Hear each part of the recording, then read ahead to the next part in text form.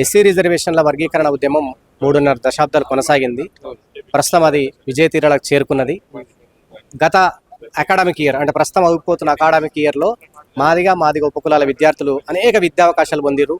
ప్రమోషన్లో కూడా మాదిగలు చాలా లబ్ధి పొందిర్రు. అదేవిధంగా ఉద్యోగాలను కూడా లబ్ధి పొందిర్రు. అది కళ్ళ ముంగట మాకు సాక్ష్యం కనబడింది. ఈ ప్రక్రియలో ఈ ప్రాసెస్లో తన జీవితాన్ని తన కుటుంబాన్ని జాతి కోసం అంకితం చేసినట్టు గౌరవ శ్రీ మందకృష్ణ మాదిగ గారు ఎక్కడ లొంగిపోకుండా ఏ పార్టీకి ఎక్కడ కూడా తలగ్గకుండా మాదిగ జాతి ధ్యేయంగా ఆయన పనిచేసినటువంటి వ్యక్తి గౌరవ శ్రీ మందకృష్ణ మాదిగ గారు.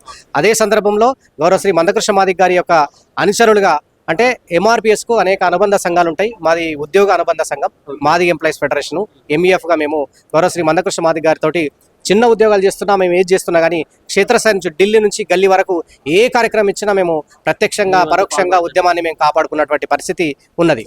అయితే ఎస్సీ రిజర్వేషన్ల వర్గీకరణ ఏదైతే మొన్న మన తెలుగు రాష్ట్రాలలో 2 తెలుగు రాష్ట్రాల్లో తెలంగాణలో అమలైతే అయిందో రేవంత్ రెడ్డి గారు ఈ ఎస్సీ రిజర్వేషన్ల వర్గీకరణను చట్టబద్ధం చేసి మనకు బిల్లు పెట్టి మనకు పాస్ చేసి న్యాయం చేసిండు. కాబట్టి కొంతమంది ఉద్యోగులు ఏం చేశారంటే రేవంత్ రెడ్డి గారికి సన్మానం చేస్తామని చెప్పి 6 తారీఖు నాడు ఒక కార్యాచరణ తీసుకోవడం జరిగింది. అంటే ఎటువంటి ఇన్ఫర్మేషన్ మీకు లేదు? మాకు లేదు.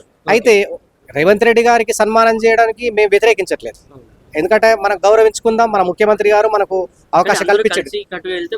అయితే వీళ్ళు క్షేత్రస్థాయిలో ఉన్నటువంటి ఉద్యోగులకు ఏం చెప్తున్నారంటే కృష్ణమాదిగ గారు మా నాయకుడే, మన నాయకుడే, ఆయన గొప్ప నాయకుడు, ఆయన తర్వాత అసలు నాయకుడు లేడు మాదిగ జాతికి అని చెప్పుకుంటూనే కృష్ణమాదిగ గారి ఎక్కడ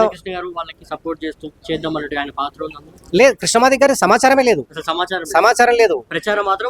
ప్రచారం ఇప్పుడు వెళ్తారు కదా జిల్లాలకు వెళ్ళినప్పుడు సమాచారం ఫోన్లు చేసి మీటింగ్ రమ్మని చెప్పినప్పుడు అన్న మన నాయకుడే, మనం కృష్ణమాదిగ ఆధ్వర్యంలో పనిచేస్తున్నాం, కానీ రేవంత్ రెడ్డి గారికి మనం సన్మానం చేసుకున్నాం, తప్పుదో పట్టిస్తా ఉన్నాం.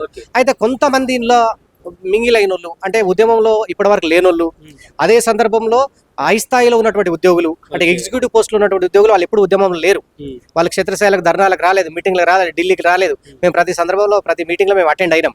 అట్ ది సేమ్ టైం వాళ్ళు ఇప్పుడు ఏం చేస్తున్నారంటే ఈ అవకాశాన్ని వాళ్ళు కృష్ణమాదిగ గారికి సమాచారం లేకుండా, మాదిగ ఎంప్లాయీస్ ఫెడరేషన్ అనుబంధ సంఘానికి సమాచారం లేకుండా రేవంత్ రెడ్డి గారికి ఒక సన్మాన కార్యక్రమం పెట్టుకున్నారు. సన్మాన కార్యక్రమం పెట్టుకోవడం ద్వారా ఒక గందరగోళ పరిస్థితి జిల్లాలో ఏర్పడ్డది. ఆ ఫోన్లు మాకు వస్తున్నాయి, అన్న ఏంది మీటింగ్ ఉందట, మరి మనం పోతున్నామా, అన్న వస్తున్నా అంటే అన్న ఫోటోలు ఏది ఇక్కడ ఏంది అని చెప్పి వాళ్ళు డిస్కస్ చేస్తారు. ఆ క్లారిటీ ఇవ్వడానికి ఈ సమావేశానికి మనకు సమాచారం లేదు, సంబంధం లేదు.